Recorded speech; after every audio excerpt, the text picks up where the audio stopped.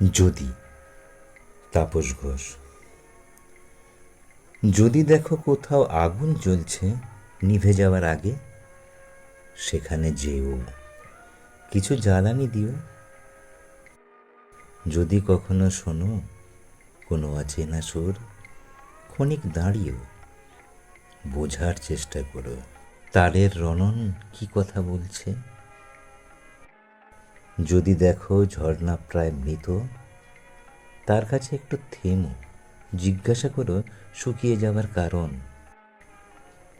যদি দেখো প্রবল বর্ষায় সব থই থই, তখন তুমি যেন ছাতা ব্যবহার করো না, পারলে একটু ভিজো, হয়তো ভালোবাসা কেমন বুঝতে পারবে।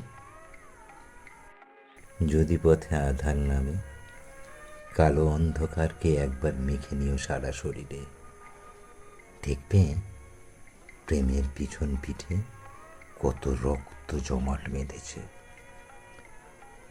যদি চোখে পড়ে দুটো শালিক ঝগড়া ছেড়ে একে অপরের সাথে কিচকিচ করছে, রোদ চশমা খুলে দেখো একবার প্রেম আসলে কি।